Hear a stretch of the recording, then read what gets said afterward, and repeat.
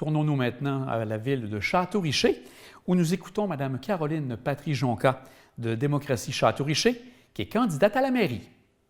Bonjour, merci de me recevoir.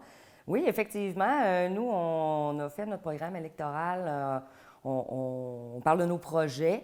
Donc, projet de la voie de contournement, projet du lien piétonnier qui est déjà commencé et presque achevé. Également, on parle de développement économique parce que c'est important pour la ville de Château-Richer. On ne veut plus que la ville de Château-Richer soit seulement un passage, mais on aimerait que ça devienne une destination. Et parlant de développement économique, nous, on travaille avec les promoteurs. On va avoir un CPE de 70 places d'ici 2023. On va avoir probablement une station-service également. Ça fait longtemps que les gens attendent ça. Il y a un super beau projet qui s'en vient pour le karting également. Donc, on veut améliorer tout ça, puis on veut aider ces gens-là à développer la ville. Également, là, on a parlé de la voie de contournement, c'est important de le dire. On travaille là-dessus depuis 2017, c'est-à-dire depuis les dernières élections. On l'avait mis dans notre campagne électorale, c'est ça, de 2017. Donc, quand l'accident est arrivé en 2018, c'était déjà sur table.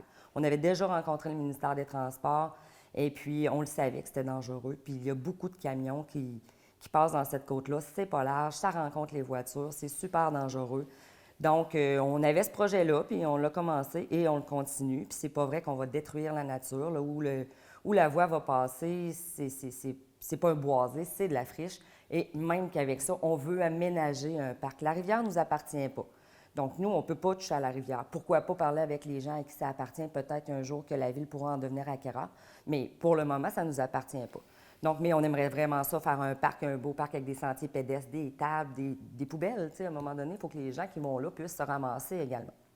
Donc, voilà pour la voie de contournement. La voie de contournement a également amené le lien piétonnier, parce que le lien piétonnier qu'on a fait dans la cour du centre Olivier-Letardy, c'est à la suite de l'accident, le ministère des Transports nous avait demandé de faire les vérifications pour plus qu'il y ait d'enfants qui passent là, parce que c'est la côte qui sera au terrain de jeu. Donc, le lien piétonnier vient de là. D'ailleurs, on a eu des grosses subventions du ministère des Transports qui étaient applicables uniquement au lien piétonnier. Également, j'aimerais ça faire un petit commentaire là, concernant... on parle beaucoup là, des augmentations de salaire des élus.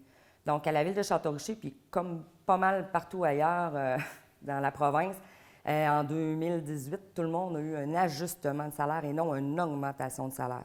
Donc, c'est parce que le gouvernement fédéral avait décidé d'imposer la partie de dépenses des élus. Donc, ça se trouvait qu'on baissait de salaire.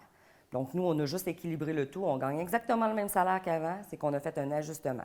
Et puis, suite à ça également, bien, pas suite à cette augmentation-là, mais suite à notre arrivée en 2017, on a même aboli la prime de départ et la prime de séparation du maire. Donc, c'est quelque chose comme 80 000 là, qu'on fait économiser en abolissant le tout. Est-ce qu'il y a d'autres éléments que vous vouliez préciser? Bien oui, effectivement.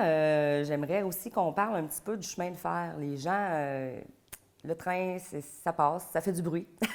Donc, nous, on a fait des vérifications. On a eu des rencontres avec Chemin de fer Charlevoix. Donc, à Bois-Châtel, ils ont fait installer des barrières, puis ça n'a pas arrêté le sifflement du train. Les barrières, c'est uniquement pour que le train aille plus vite, mais ça n'empêche pas le sifflement. Nous, on a fait des calculs pour installer des barrières. On a 7 entrées. Donc, on a 7 passages à niveau là, chez nous, à Château-Richer. Donc, présentement, ça nous coûte 275 par passage à niveau d'entretien. C'est la ville qui doit payer ça. Si on installait des barrières, ce serait 6 645 par passage. Donc, ça n'empêchera pas le sifflet du train. Donc là, il faudrait payer quelque chose comme 46 000 là, pour l'entretien de tout ça. Donc, là, présentement, tant qu'on n'a pas de confirmation que ça va arrêter le sifflet du train, malheureusement, on n'ira pas de l'avant de ce côté-là.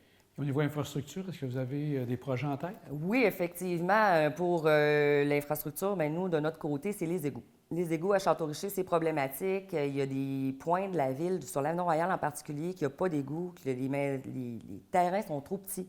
Ils ne peuvent même pas avoir de fosse septique. On est en 2021, il faut que ça se règle.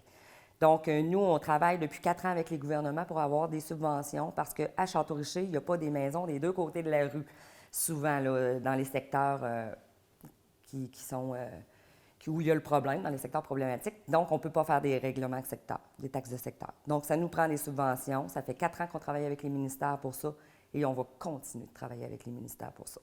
Outre ça, est-ce que vous avez d'autres petits sujets ou projets à regarder? Bien, effectivement, nous, de notre côté, on veut développer les loisirs. On a un super beau parc des loisirs. Donc, on veut le développer, on veut le mettre en valeur, on veut qu'il y ait des activités. Ça fait 2 ans là, que la ville est sur pause à cause de la pandémie. C'est comme partout, vous allez me dire, mais quand même. Donc, nous, on aimerait ça la faire vivre davantage. On a Place de l'Église qu'on avait commencé là, à parler il y a 4 ans, mais malheureusement, ça aussi, ça a été arrêté à cause de la pandémie. Donc, on veut mettre sur pied notre projet de Place de l'Église. On a demandé des subventions pour avoir des kiosques, pour pouvoir recevoir nos agriculteurs, pour faire un marché public, peut-être un marché aux puces. Ça sera à voir avec un comité, mais on travaille là-dessus, puis on ne lâchera pas ça non plus. Alors, pourquoi on voterait pour votre équipe et pour vous le 7 novembre prochain?